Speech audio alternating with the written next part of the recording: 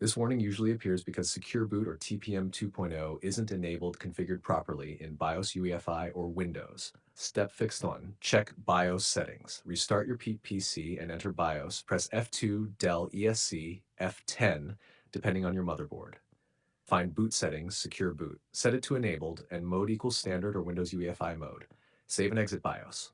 2. Switch to UEFI mode if on Legacy. In BIOS, ensure UEFI boot is enabled, not Legacy CSM.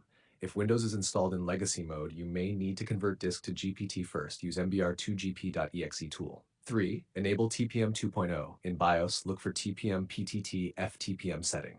Set it to Enabled. Save changes and restart. 4. Check in Windows, press WinR MSInfo32. Look for Secure Boot State equals on, BIOS mode equals UEFI. If it still says off, recheck BIOS settings. 5. Update BIOS in Windows. Update motherboard BIOS from manufacturer site. Install latest Windows updates. 6. Reinstall FACEIT Anti-Cheat. Uninstall FACEIT AC. Restart PC, reinstall Anti-Cheat.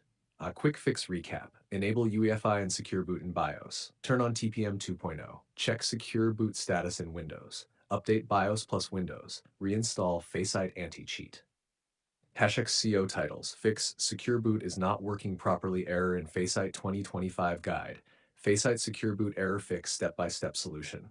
Secure Boot not working properly on FACEIT Anti-Cheat. How to fix. FACEIT TPM and Secure Boot warning fix. Windows 11.10.